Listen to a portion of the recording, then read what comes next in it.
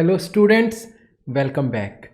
Now we are going to talk about a very important GUI feature in Vivado, and that is called Hardware Manager.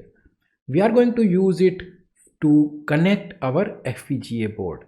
So in this video we are going to learn about Hardware Manager, how can we use it to connect with an FPGA, and how can we transfer our bitstream file from Vivado to the FPGA.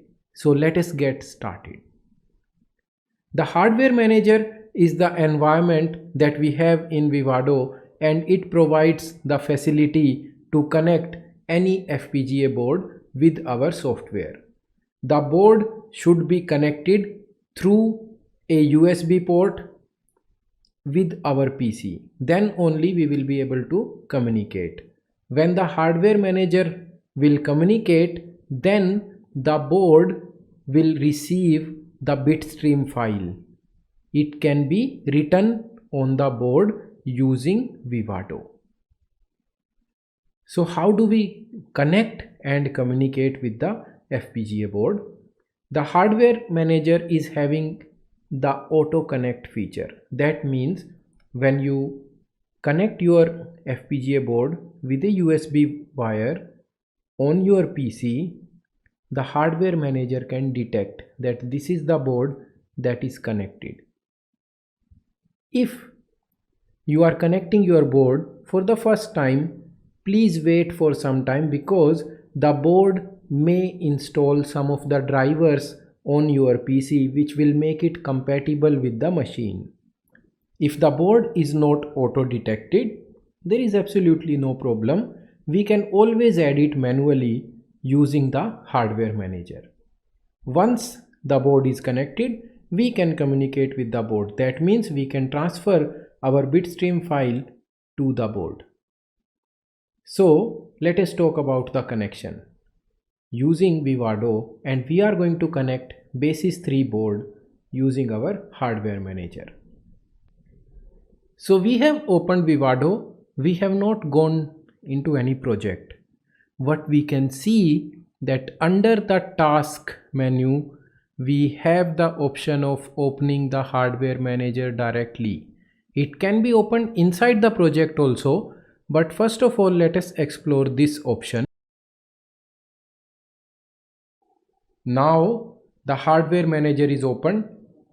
In this we can see that there is no project, no design source, no simulation, nothing. Here we can click on open target. Currently the status is hardware manager is unconnected to any board. Now we will say open target and auto connect. Now the software is detecting that if there is any board which is connected through the USB pin, and we can see that it is detected and connected. This number is very important, XC7A35T. This is the part number for Basis 3. We are able to identify that we have connected Basis 3 to our Vivado. Now the next step is very easy. We have to simply click on program device, and here we will be asked that what is the location of your bitstream file. So this is the best thing about bitstream file.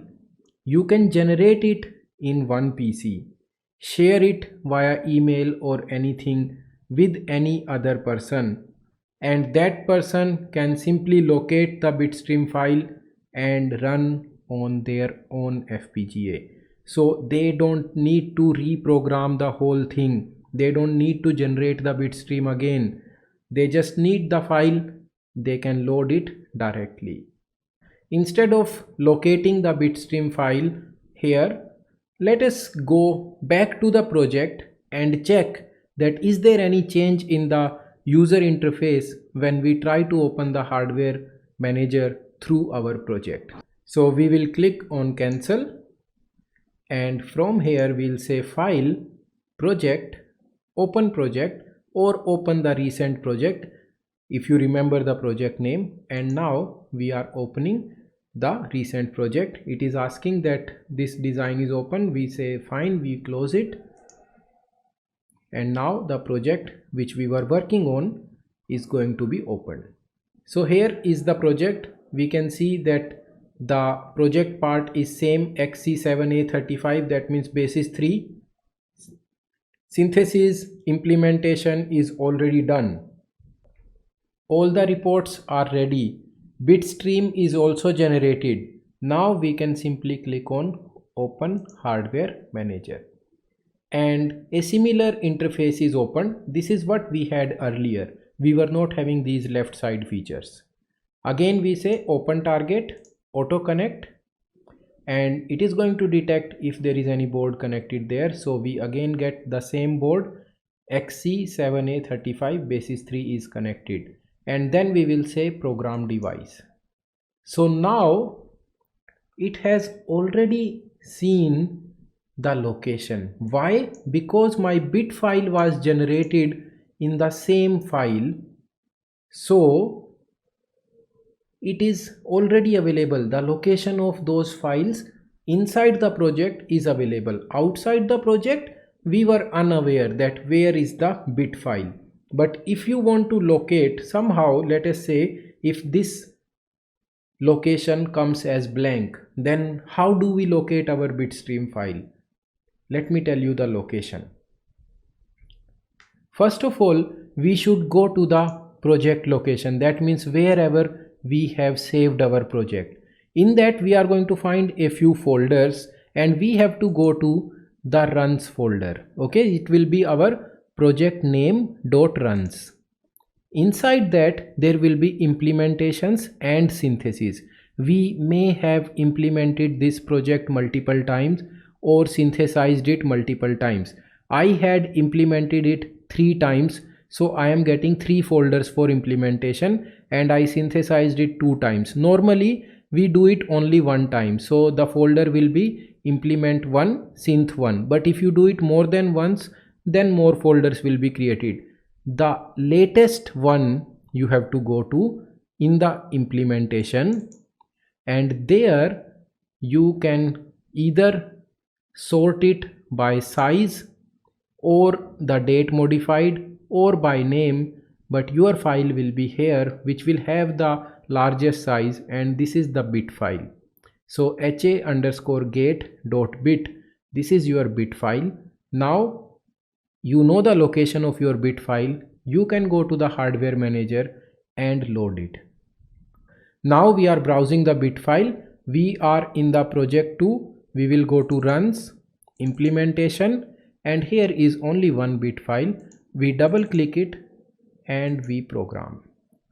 Now the programming is done. That means the hardware is configured as per the bitstream file that we have provided to the board. So students, our task is almost done, but we are still left with one thing. That means we have to check the circuit on FPGA. So testing on FPGA will be done in the next video. Keep learning. Thank you.